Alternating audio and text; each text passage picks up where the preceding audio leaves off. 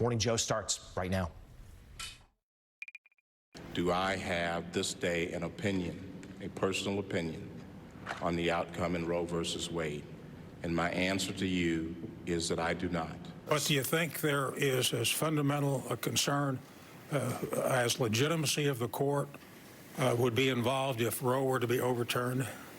Well, Mr. Chairman, I think that the legitimacy of the court would be undermined in any case if the court made a decision based on its perception of public opinion.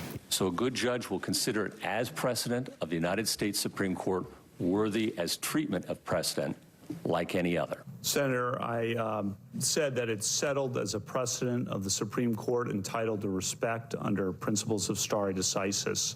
And one of the important things to keep in mind about Roe v. Wade is that it has been reaffirmed many times over the past 45 years. As Richard Fallon from Harvard said, Roe is not a super precedent because calls for its overruling have never ceased, but that doesn't mean that Roe should be overruled.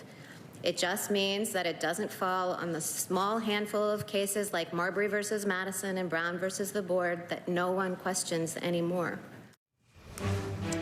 We have breaking Supreme Court news this morning. Politico drops a bombshell on the U.S. legal and political system with an unprecedented leak from the Supreme Court that Roe v. Wade may be on the verge of being overturned, reversing nearly 50 years of federal protection for abortion rights. This morning, the document that could shift history and the leak that has rocked the Supreme Court, plus the reporter who broke the story, will be our guest. And it is primary day in Ohio. Will Donald Trump remember the candidate he endorsed? He likes them all now, he says. Yeah, I guess he can't remember the name. Also, the latest from Ukraine. Efforts to evacuate the remaining civilians from that steel plant appear to stall amid reports that Russia may soon try to annex part of Ukraine's eastern region. Along with Joe.